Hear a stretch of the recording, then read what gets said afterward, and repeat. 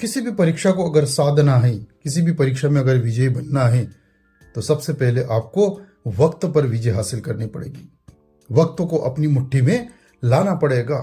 कहते हैं वक्त आता है वक्त जाता है, इस वक्त को संभाल कर रखे, ये वक्त बेवक्त काम आता है।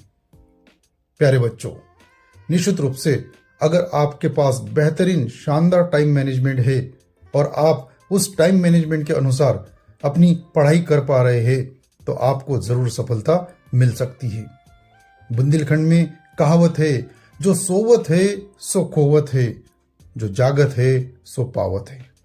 अगर आपको आपका लक्ष्य, उद्देश्य, आप उसको परिपूर्ण करना चाहते हैं, आप उसको पूरा करना चाहते हैं, तो निश्चित रूप से आपको जागना पड़ेगा। यहां जागने से तात्पर्य केवल सोई हुई अवस्था से जागने से नहीं, बल्कि आपको मन, वचन और आपकी अंतरात्मा चेतना से आपको जागना पड़ेगा। आपको इस प्रकार का टाइम मैनेजमेंट बनाना पड़ेगा जिससे कि पूरे 24 घंटे का हिसाब आपकी मुट्ठी में होना चाहिए। कई सारे बच्चों का टाइम मैनेजमेंट बिल्कुल होता ही नहीं है। जैसे उदाहरण के तौर पर अगर वे एक बार सो गए तो कल कितने बजे उठना है कोई फिक्स नहीं है। आपके पास फिक्स होना चाहिए कि आप कब सोते हैं, कब जागते हैं, कब खाते हैं, कब पीते हैं, इसका बिल्कुल आपको हिसाब होना चाहिए। कहते हैं कि व्यक्ति कार्य की अधिकता से नहीं थकता, बल्कि कार्य के अस्त व्यस्त होने से थकता है। और जो अस्त व्यस्तता होती है, यही व्यक्ति की सफलता को रोकता है और उसे असफलता के दर्जे में या असफलता की श्रेणी में लाकर खड़ा करता है। परीक्षा के इस दौर में बिल्कुल भी घबराने की जरूरत नहीं है। जीवन ही परीक्षाएं चलती रहती है, चाहे आपका जीवन हो चाहे हमारा जीवन हो, हम निरंतर परीक्षाओं के दौर से गुजरेंगे।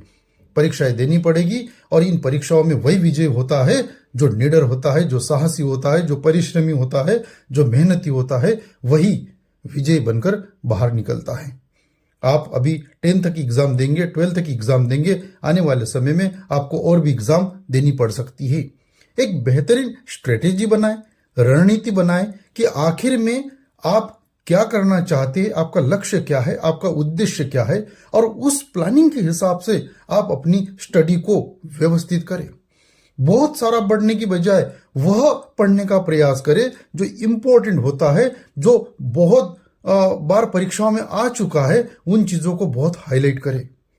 मुझे पूर्ण विश्वास है कि अगर इस रणनीति से आप आगे बढ़ेंगे तो आपको सफलता जरूर मिलेगी।